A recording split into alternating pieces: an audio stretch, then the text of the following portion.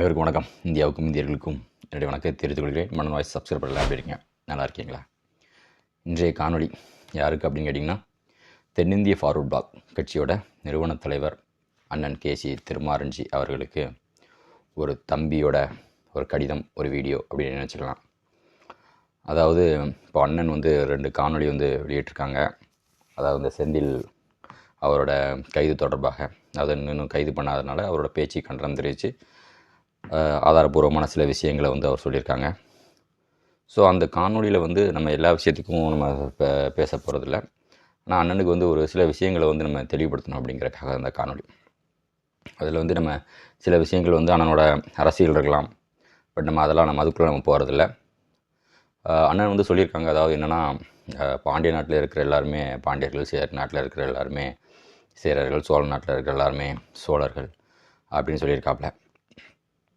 அது சரியா அப்படிங்கிறத பார்த்திங்கன்னா கிடையாது. ஏன்னா அன்றைய காலத்தில் நடந்தது திருமாரஞ்சி அவர்களுக்கு தான். அன்றைய காலத்தில் நடந்தது மக்களாட்சி கிடையாது. எல்லாருமே பாண்டியர்களாக இருக்கிறதுக்கு அன்றைய காலத்தில் நடந்தது மக்களாட்சி கிடையாது. அன்றைய காலத்தில் நடந்தது மன்னராட்சி. இன்றைக்கி நம்ம சொல்லிடலாம், நம்ம தமிழ்நாட்டை ஆள்றது தமிழர்கள் தான் அப்படின்னு நம்ம சொல்கிறாங்க. ஏன்னா நம்ம ஓட்டு போட்டு நம்ம தேர்ந்தெடுக்கிறோம். ஸோ நம்ம ஒவ்வொருத்தருமே நாட்டு மன்னர்கள். நம்ம யாரை தேர்ந்தெடுக்கணும், நம்ம யார் முதல்வராக வராங்கிற அதிகாரம் நம்ம கையில் இருக்குது. ஆனால் அன்றைய காலத்தில் வாலில் தான் இருந்துச்சு. அன்றைக்கு மன்னர்கள் பாண்டிய மன்னர்கள், அவர்கள் மறவர்கள் தான் அப்படிங்கிறதுக்கு அகநானூற்று பாடல்களும் புறநானூற்று பாடல்களும் புறப்பொருள் வெண்பா மாலை இப்படி எல்லாத்துலேயுமே குறிப்புகள் இருக்குது. மறவர்கள் தான் பாண்டியர்கள் அப்படிங்கிறது. ஆங்கிலேய குறிப்புகள் இருக்குது, பிரெஞ்சு குறிப்புகள் இருக்குது, ஜெர்மன் குறிப்புகள் இருக்குது. முக்கியமாக சொல்லப்போனால் 1542 நடந்த வெட்டும்பெருமாள் பாண்டியர் அவர்களுடைய கயத்தார் போர், அதை நம்ம அண்ணன் திருமாரஞ்சி அவர்கள் படிச்சிருப்பாங்களான்னு தெரியாது. பாண்டியர்களுக்காக நின்று சண்டை செஞ்சுருக்காங்க. 10 கொண்டையங்கோட்டை மறவர் தளபதிகள். பாண்டியர்களோட படைகளில் பாண்டியர்கள் தான் இருந்திருப்பாங்க. பாண்டியரோட படைகளில் அந்நியர்கள் இருந்திருக்க வாய்ப்பில்லை. ஸோ அதில் பார்த்திங்கன்னா முக்கியமான குறிப்பு, வெட்டும்பெருமாள் பாண்டியரோட மகனும் அந்த போரில் இறந்திருக்கார். அவர் கொண்டையங்கோட்டை மறவர் அப்படின்னு மிகவும் தெளிவாக இருக்குது. இந்த மாதிரியான சான்றுகள் வேறு எந்த சமூகத்துக்குமே கிடையாது. அண்ணனுக்கு இதெல்லாம் தெரியும். தெரிஞ்சுக்கிட்டு அண்ணன் ஏன் எப்படி பேசுகிறாப்புல அப்படிங்கிறது எனக்கு தெரியல. அதே மாதிரி மருதுசேனையோட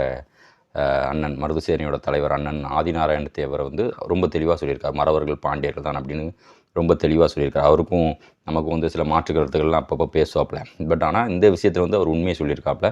பட் ஆனால் திருமாரஞ்சி அண்ணன் எதுக்கு அப்படி சொல்லியிருக்காங்க அப்படிங்கிறது தெரியல. ஒருவேளை ஃபார்வர்ட் பிளாக் அரசியல் மாற்று சமூகத்தை சேர்ந்தவங்க ஃபார்வர்ட் பிளாக் வரணும் அப்படிங்கிற ஒரு நல்ல எண்ணம், ஒரு பெருந்தன்மையான எண்ணத்தில் அண்ணன் அப்படி பேசியிருக்காரு அப்படின்னு நான் நினைக்கிறேன். பட் ஆனால் நம்மளுக்கு இருக்கிற அந்த பெருந்தன்மை எல்லாத்துக்கும் இருக்கா அப்படிங்கிறது தெரியல. ஏன்னா இவ்வளோ பெரிய பிரச்சனை நடந்துகிட்ருக்கு. உங்களுடைய தம்பி கல்யாண சுந்தரம் ஒரு மணி நேரத்துக்கு நான் அந்த வீடியோ போடுறதுக்கு ஒரு மணி நேரத்துக்கு முன்னாடி கூட தேவரை பற்றி தப்பாக பதிவுகள் போட்டுட்டு வரார் யூடியூப்பில். கல்யாண சுந்தரம் அப்படிங்கிறவர், நான் வேணால் உங்களுக்கு அதை இந்த இதிலே போடுறேன், நீங்கள் பாருங்கள். 1 மணி நேரத்துக்கு முன்னாடி தொடர்ந்து கண்டினியூஸாக போட்டு வராரு. இந்த மாதிரி பெருந்தன்மை எல்லா சமூகத்துக்கும் இருக்காது. அதாவது என்னென்னா, ஃபார்வர்ட் பிளாக் அரசியல் அப்படிங்கிறது உண்மையை சொல்லணும், உறுதியாக சொல்லணும், இறுதி வரை சொல்லணும் அப்படிங்கிறது தான். ஒரு தேவர் சமுதாயம், மறவர்கள், பாண்டியர்கள் அப்படிங்கிறது எல்லாருக்குமே தெரியும். அதை விட்டு கொடுத்து தான் ஒரு சமுதாய நல்லிணக்கத்துக்கு நம்ம போகணுமா? ஒரு வரலாறு அப்படிங்கிறது வரலாறாகவே இருக்கட்டும். அதை கொண்டாட கூட சொல்லலை. இப்போ யாராட்டு நம்ம பாண்டியர்களுக்கு விழா எடுத்து நடத்திட்டு இருக்கோமா? மறவர்கள் எங்கேயாவது நடத்திட்டு இருக்காங்களா? கிடையாது. நம்ம அதை விட்டு கடந்து வந்துட்டோம். நம்ம 100 வருஷம் ஃபார்வர்ட் பிளாக் வரலாறுக்கு நம்ம வந்துட்டோம். பட் ஆனால் அந்த வரலாற்று அப்படி இருக்கல, சும்மா தானே இருக்குது, அதை நம்ம எடுத்துக்கலாம் அப்படின்ட்டு ஒரு குரூப் நினைக்கும்போது அதை விட்டு கொடுத்து போகிறது அப்படிங்கிறது நல்லதா அப்படிங்கிறது தெரில. நீங்கள் கேட்குற மாதிரி விட்டு கொடுத்து நம்ம போயிடுவோம் அப்படின்னு நீங்கள் சொல்கிறீங்க. அதனால நம்மளுக்கு என்ன கிடைப்போது? பேசுகிறதுனால நமக்கு என்ன வேலை வாய்ப்பு கிடைக்க போதா, இடஒதுக்கீடு கிடைப்பதா அப்படின்னு நீங்கள் இன்றைக்கி சொல்கிறீங்க. பட் ஆனால் அதுக்காக இல்லைல்ல. ஒரு சமுதாய உணர்வுங்கிறது எதையும் எதிர்பார்க்காம தான் நம்ம இருப்போம். எதையும் எதிர்பார்த்தா நம்ம சமுதாய பணிக்கு வர முடியும். எதையும் எதிர்பார்த்து தான் நம்ம திராவிட கட்சிகளுக்கோ தேசிய கட்சிகளுக்கோ ஏதாவது ஒரு கட்சிகளுக்கு நம்ம போயிருக்க முடியும். சமுதாய பணியில் இருக்கும்போது நம்ம எதையும் எதிர்பார்க்காம தான் இருக்கணும். அதே மாதிரி நீங்கள் சொல்கிறீங்க கடந்து போங்க அப்படின்ட்டு. அப்படியே எல்லாத்தையும் கடந்து போயிருந்தா சீமான் பேசிகிட்டு இருந்தாப்புல. ஒரு குறிப்பிட்ட சமூகத்து பேரை சொல்லி அவங்க தான் பாண்டியர்கள்னு தொடர்ந்து பேசிட்டு வந்தாப்புல. இப்போ பேச சொல்லுங்கள் பார்ப்போம். இப்போ அதே சீமானை இப்போ பேச சொல்லுங்கள், அவங்கள பாண்டியர்னு சொல்லி பேச சொல்லுங்கள் பார்ப்போம். முடியாது. காரணம் என்னென்னா, கொடுத்த எதிர்ப்பு. நீங்கள் எல்லோரும் கடந்து போயிட்டீங்க, ஆனால் நாங்கள்லாம் கடந்து போகல.